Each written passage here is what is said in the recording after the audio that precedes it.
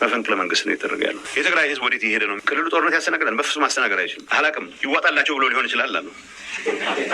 እኔ እሳቀቃለሁ። ሀፍረት የለው ምን የለው። የጸጥታ ኃይል ተወካይ ነው የኔ ምክትል፣ የጸጥታ ቢሮ ኃላፊ ነው። አንዳንዴ ይረሱታል የመንግስት አካል መሆናቸውን።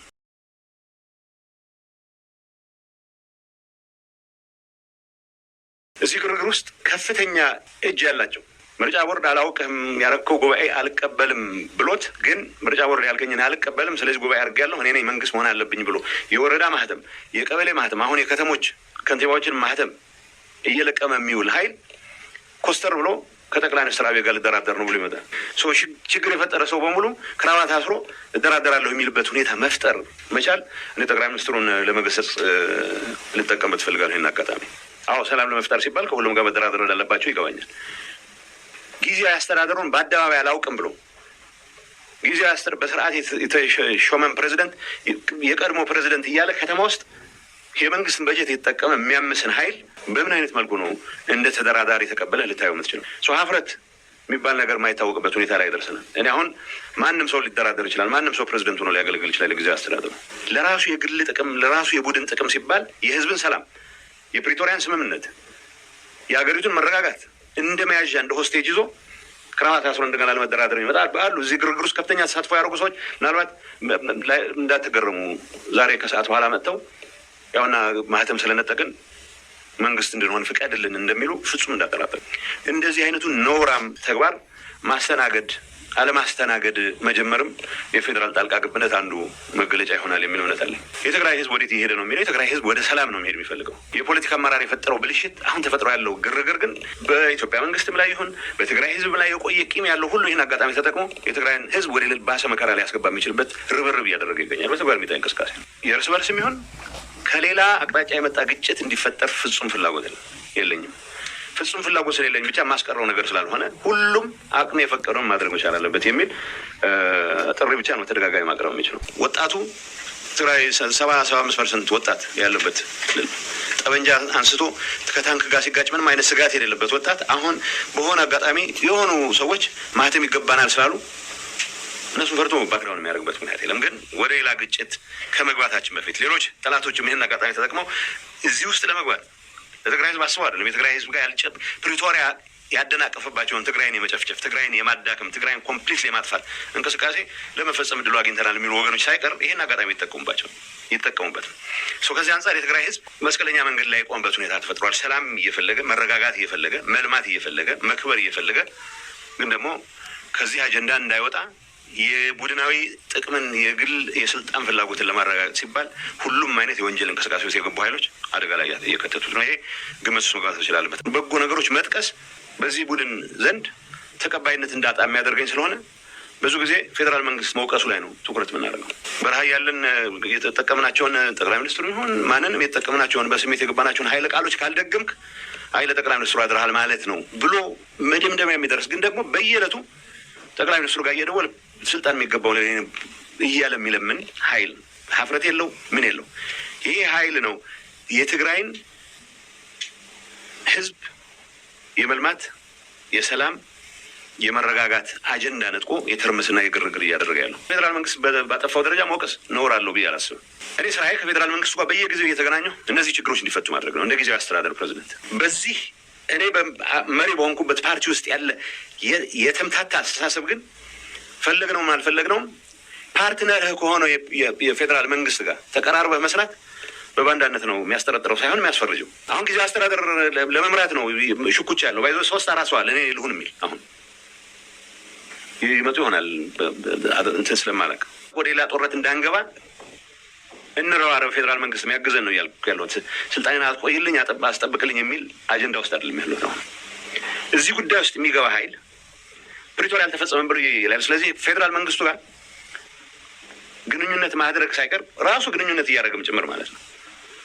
እኔ እሳቀቃለሁ ጠቅላይ ሚኒስትሩ ጋር ሄጄ የነጋዴ ኢሹ የገበሬ ኢሹ ሄጄ መሞገት በሚገባኝ ሰዓት አሁን የትግራይን ጥቅም አሳልፎ ሰጠ እንዳልባል እንደዚህ አይነቱ አምታችነት እኔም ጭምር የገባሁበት አምታችነት ነው የትግራይ ህዝብ ለአደጋ እየዳረገ ያለው። እንዲህ ይህንን ክስ የሚያቀርቡት ሰዎች እኔ ከማደርገው ግንኙነት የበለጠ ግንኙነት አላቸው። እየመጡ እኛ እኮ እንሻል ነበረ ብሎ ደጅ ሲጥሩ ነው የሚሉት። ይሄ ከስልጣንን ብቻ ማዕከል ያደረገ ትንሽ አባላት ያለው ቡድን ነው እያወራን ያለ ነው። ትግራይ ውስጥ ያለው የጸጥታ ኃይል እዚህ ትርምስ ውስጥ መግባት አይፈልግም። ትግራይ ውስጥ ያለው የጸጥታ ኃይል በዲዲአር መካተት የሚፈልገው በዲዲአር ይካተታል። የቆምኩላቸው ዓላማዎች ይሳካሉ፣ ተፈናቃዮች ይመለሳሉ፣ ትግራይ ወደ ልማት ተመልሳ ትገባለች የሚል ኤክስፔክቴሽን ካልሆነ በስተቀር አሁን በምታዩት የማህተም መንጠቅ ትርምስ ውስጥ ድርሻም የለውም። እውነት ለመነጋገር ከተባለ ሰላም ከዚህ ታጣቂ በላይ የሚፈልገው የለም። ግን ሰላም ከተፈጠረ ድንገት ፌዴራል መንግስት ይዘናል የሚሉ ጥቂት ሰዎች አሉ። ፌዴራል መንግስት ምህረት አድርጌያለሁ እገሌ የምትባል ሰዎች ብላንኬት ምህረት ብቻ ሳይሆን እገሌ የምትባል ሰውዬ ፕሊስ ወደ ፈለግከው ቦታ መሄድ ትችላለህ ብለህ ንገርልኝ እየተባለ ጠቅላይ ሚኒስትሩ የነገረው ይህም መሄድ ኳርም እንዲህ እየተባላችሁ ነው እያልኩ ነው። እነሱ ሰላም ተፈጥሮ ልንያዝ የምንችልበት እድል አለ ብለው ከሚሰው ይልቅ ህዝቡ ወደ ሙሉ ትርምስና ስጋት ገብቶ እነሱ የሚያዙበት እድል እንዳይኖር ማድረግ ይመርጣሉ።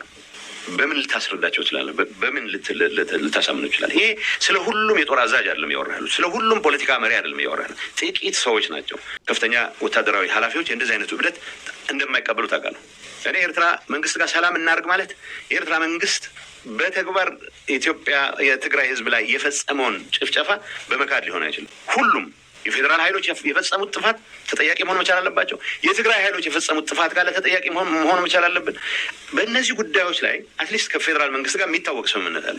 የሚታወቅ እዚህ ግባ የሚባል ስምምነት ሳይኖርህ ፕሪቶሪያ በመፈረሙ ምክንያት አኩርፎ ከኢትዮጵያ መንግስት ጋር የተጣላ ኃይል ጋር ተሰልፈህ ኢትዮጵያ መንግስት ምናልባት ማስወገድ የሚቻልበት እድል ካለ ብለህ መንቀጭቀጭ በጣም አደገኛ ነው።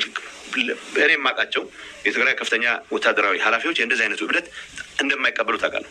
ህወሓትና የጊዜ አስተዳደሩ የጥቅም ግጭት የሚለው ምን የጥቅም የስልጣን ምክንያቱም የህወሓት ጉባኤ አደረኩ የሚለው ወገን ሲምፕል ጥያቄ ነው የሚጠይቀው። ፕሬዚደንቱን አውርጃለሁ ይላል። አይ ጠቅላይ ሚኒስትሩ አሏቸው ፕሬዚደንት የማውረድ የእናንተ ስልጣን አይደለም፣ እገሌን እሺ አድርግልን አይመለከታችሁም። ሰው አይ በቃ ጠቅላይ ሚኒስትሩን ለመለመል ሲሆን ያከብሯቸዋል።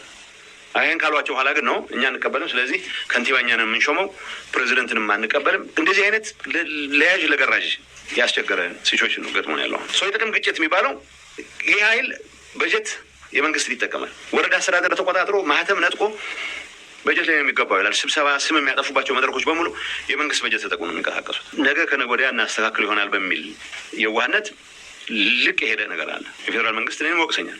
እኔ የውጭ ሰዎችንም ሰማል። የፌዴራል መንግስቱ ለምንድን ነው ዝም ያለው ይሉኝ። አላውቅም።